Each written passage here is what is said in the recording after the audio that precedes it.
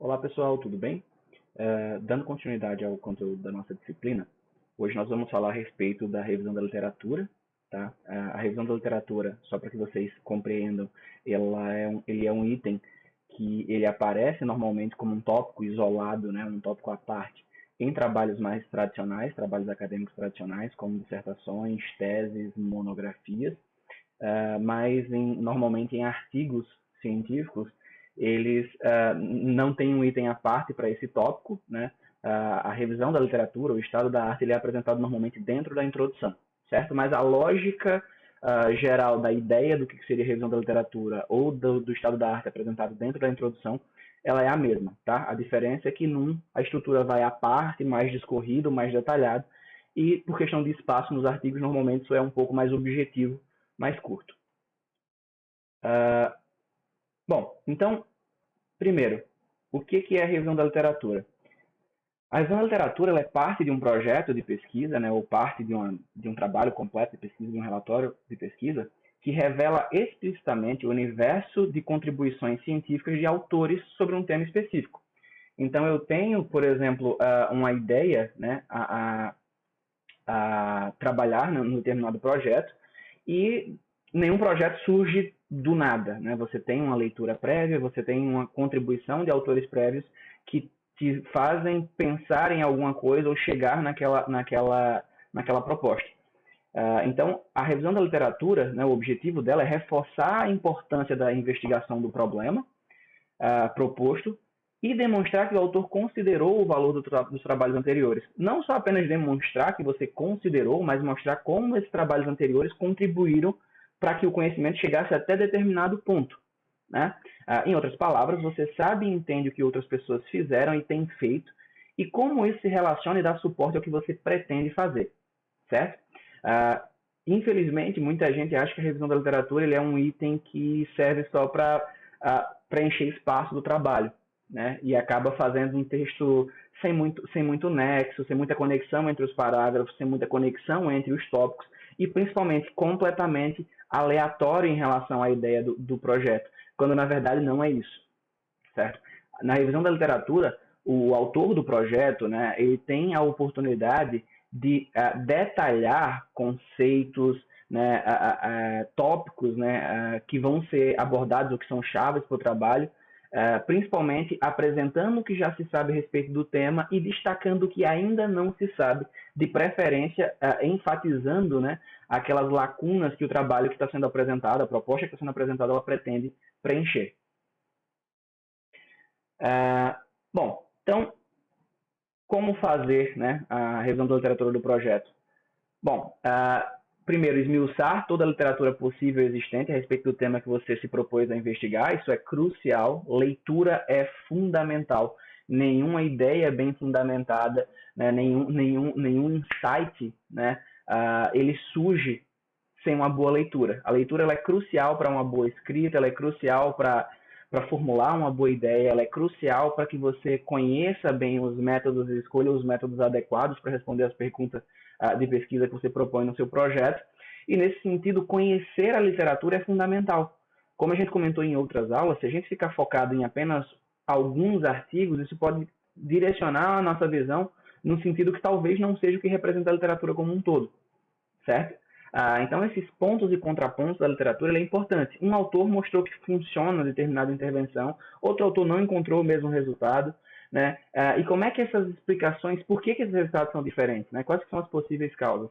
Isso é um fator que deve ser investigado e por meio desse aprofundamento na leitura, a gente consegue, né, determinar esses pontos e ter uma estrutura melhor para a proposição do projeto.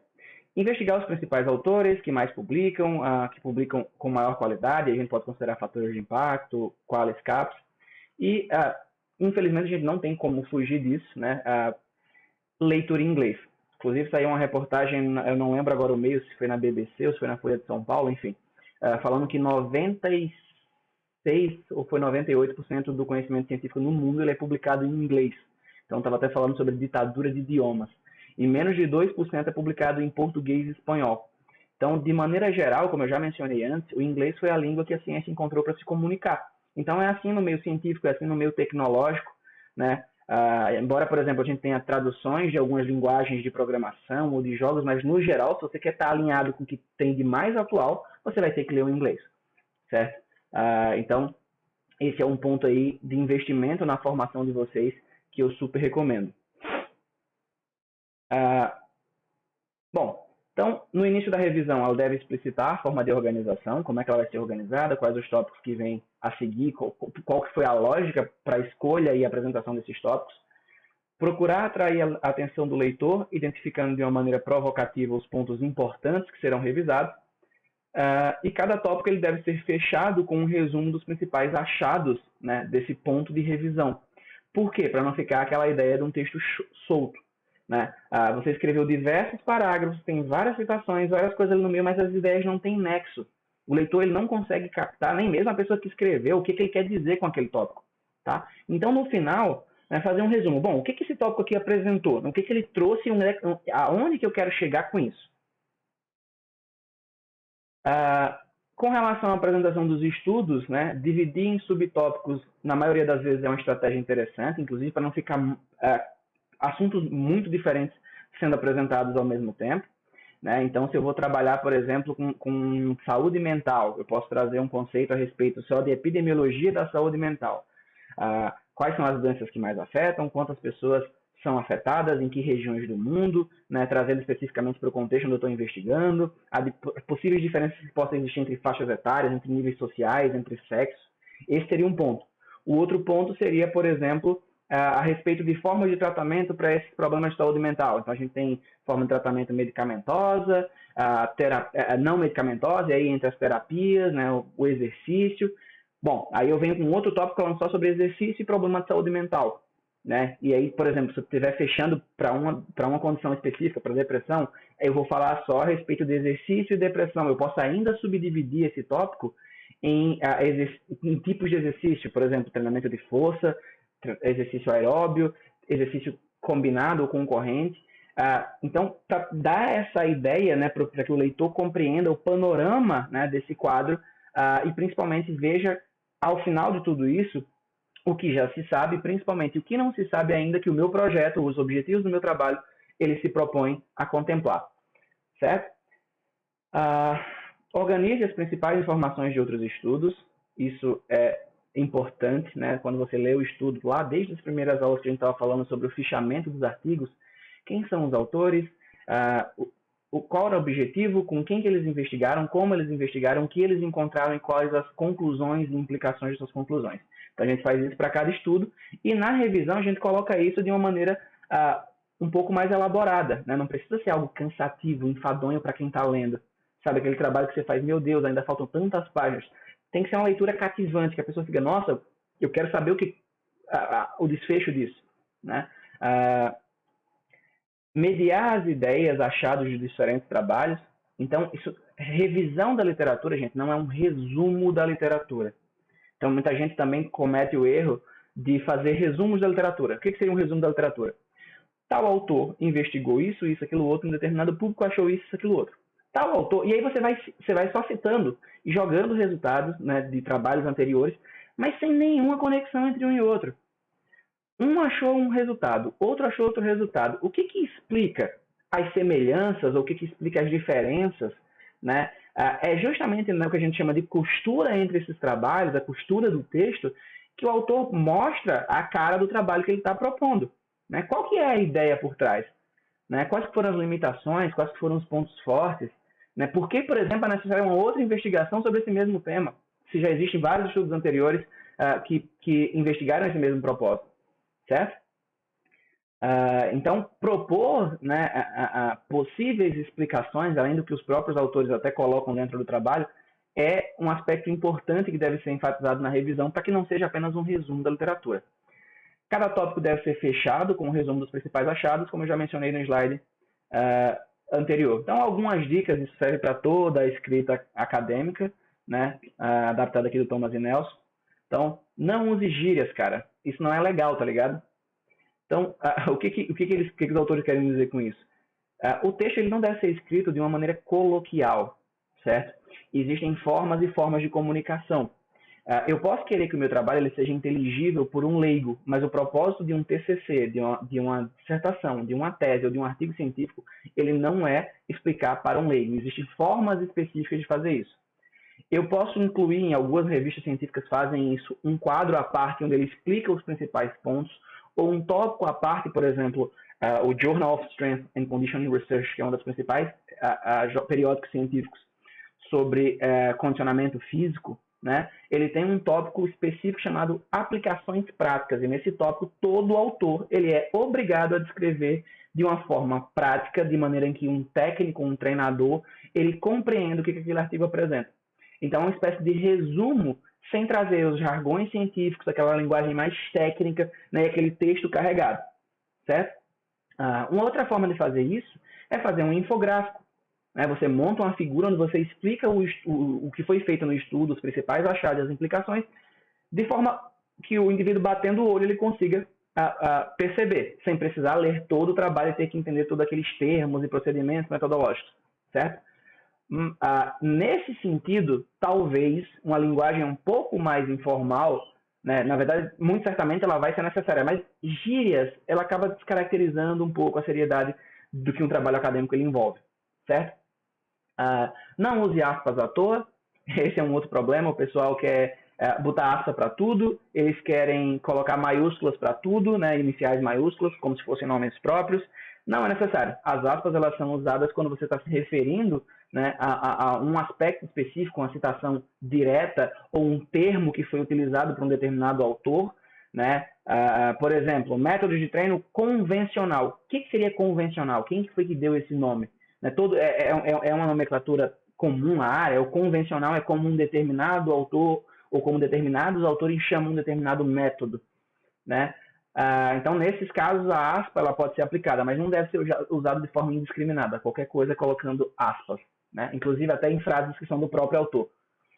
Não seja redundante, não se explique demais, não repita de novo o que foi dito anteriormente. Isso é crucial.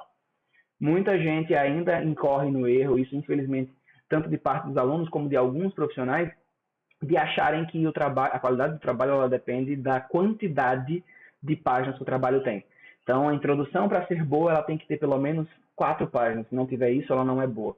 A revisão da literatura ela tem que ter 50 páginas. Se não tiver, ela não é boa. O trabalho inteiro, se não tiver pelo menos 150 páginas, ele não é bom. Isso não é correto. Para vocês terem ideia, o artigo que publicou, né, a estrutura de dupla hélice do DNA, que foi uma revolução na área da biologia, por exemplo, e a base de muitas das coisas que a gente utiliza, sabe e faz hoje, ele tinha 2 páginas. Certo? E a pergunta é, o artigo era ruim porque tinha 2 páginas? Não, não era. Certo? Pelo princípio da comunicação, eu preciso fazer com que o leitor compreenda, ele tenha todos os aspectos que façam com que ele compreenda o trabalho que eu estou propondo. Eu não preciso me ater a um número específico de páginas. Eu posso fazer uma excelente introdução em 3 parágrafos em uma página, posso fazer uma péssima introdução com 5 páginas. Certo? E também não significa que por ser grande, ela é ruim. Certo? Mas esse é um dos principais fatores, a redundância, que faz com que o trabalho ele fique enfadonho e pior, quem está lendo perca a linha de raciocínio do trabalho. Isso é o pior que tem. Você termina de ler a introdução e você não sabe ao certo o que o autor queria. Lembra quando eu falei sobre os objetivos? No final da introdução, a pessoa que está lendo, se você esconder os objetivos, ela é capaz, se a introdução foi bem escrita, ela é capaz de saber o que o autor está propondo, com base nas informações que foram fornecidas. Certo? Verifique se você não deixou nenhuma de fora do texto. Né? Se vocês lerem isso aqui com calma, vão perceber que falta alguma coisa aqui no meio. Então, pode ser nenhuma palavra, nenhuma fonte, nenhuma citação ou nada, né, de fora do texto. Evite a prolixidade, as orações longas demais, pois assim você estará prejudicando a compreensão do leitor, fazendo com que ele se aborreça, fique com sono e se aborreça, fique com sono e se esqueça do que leu no início da oração, quando finalmente chegar ao longínquo ponto final. Esse é outro problema também extremamente comum. Eu já vi parágrafos de 12 linhas sem nenhum ponto final no meio. Eu acredito que nenhum ser humano, a não ser que tenha um excelente fôlego, é capaz de chegar ao final dessa frase inteira sem ter que parar para respirar, né? E às vezes a frase grita por um ponto final, né? Os estudos anteriores mostraram que o treinamento de força é bom para isso, vírgula, porém, já está pedindo um ponto, bota ponto, porque depois do porém tu vai explicar outra coisa. Então as frases mais curtas são mais fáceis de acompanhar a ideia, certo? Então, dá uma olhada sempre no texto e vê como é que você pode deixar essas ideias mais fracionadas, sem precisar de escrever tudo em uma frase única. Por fim, mas não por último, não use clichês, certo? Como todos sabem, é de conhecimento comum, enfim, e vários outros clichês que podem ser usados. Na revisão da literatura, pode ser utilizado também tabelas ou figuras explicativas, uma figura para explicar o mecanismo, isso pode ser retirado de outro trabalho, adaptado de outro trabalho, sempre com as autorizações necessárias, né?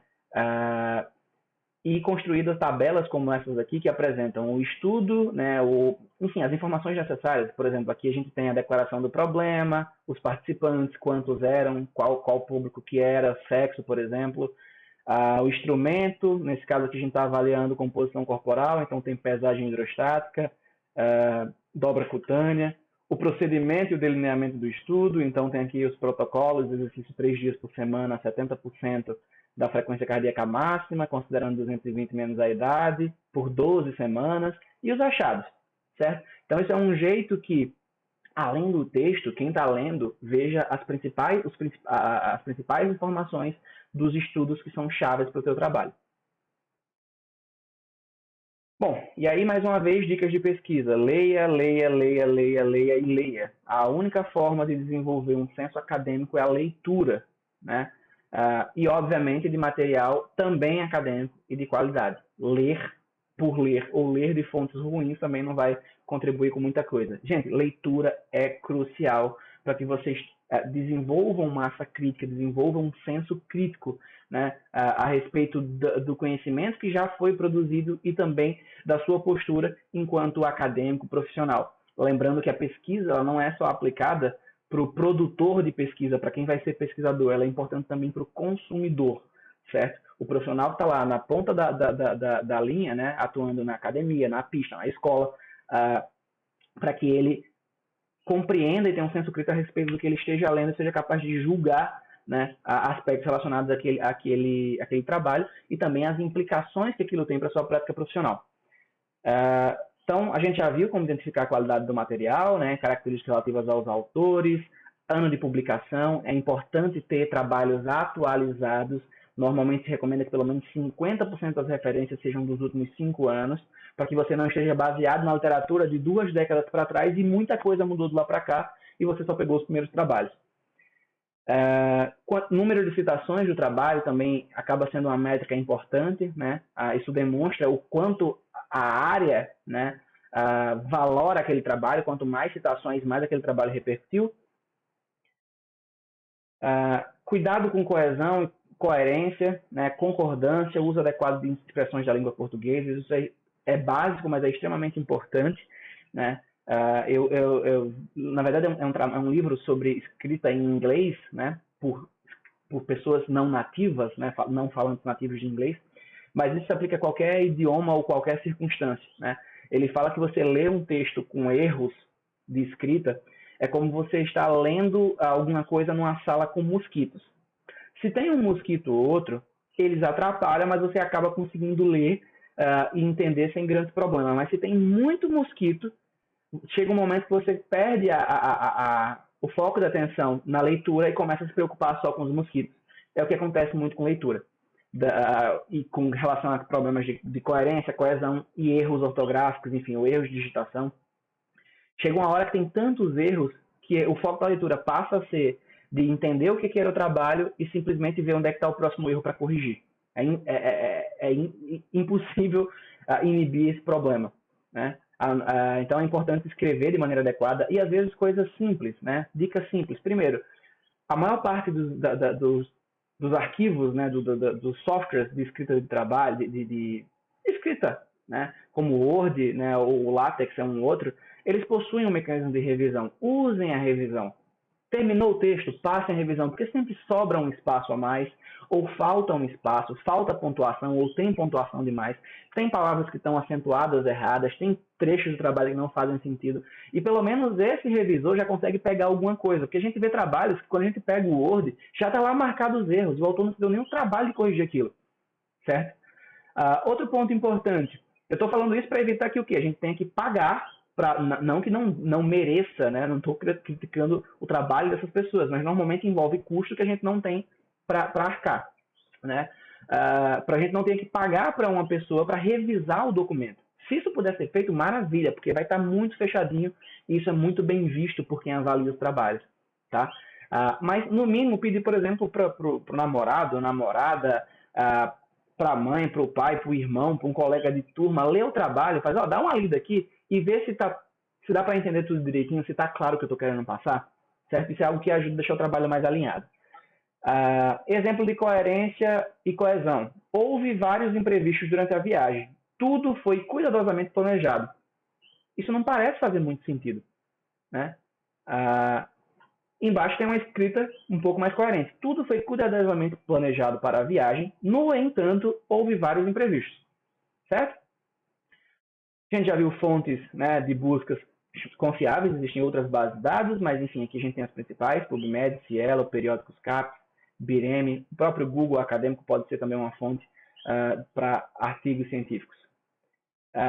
Então, para otimizar as buscas, né, é necessário a gente estruturar como essa busca vai ser realizada. Então, primeiro a gente vai definir quais são os termos que são mais adequados para o nosso trabalho, quais são as palavras-chave. Né? Para isso existem, por exemplo, os descritores em ciências da saúde, que são os DESCs. São palavras específicas que têm uma definição e que normalmente é utilizado nos artigos como se fosse uma hashtag do artigo. Né? Então, exercício. Então, tem lá a definição de exercício e os artigos que envolvem exercício tem aquela hashtag, porque se você usar na busca, aqueles artigos vão ser encontrados. Então, você vai escolher uma base de dados, por exemplo, a Cielo, digitar as palavras-chave e aí vai aparecer uma série de resultados. O que a gente vai fazer? Tem 1000 resultados. Eu vou ler o título. Pelo título eu já consigo eliminar que não tem a ver com o meu trabalho. Por exemplo, meu trabalho é com idosos. Está lá com atletas, eu nem preciso ler o resumo. Certo? Se pelo título eu não conseguir eliminar, parece um trabalho adequado para mim, eu vou ler o resumo e ver se com o resumo tem as características que eu pretendo. E para isso é importante elencar a priori o que eu quero, né, buscar. Quais são as características do artigo? Tem que ser estudos de intervenção? Precisam ser estudos, ensaios clínicos randomizados? Ou podem ser só estudos observacionais ou estudos correlacionais? Porque isso eu consigo ver com título e resumo, certo? E aí, uma outra possibilidade também, se o resumo não for suficiente, ler as conclusões do trabalho. Se o artigo for útil, você vai procurar a versão completa dele. Se não, próximo. Bom, vou encerrar esse vídeo aqui. Já a gente continua com a metodologia. Até já!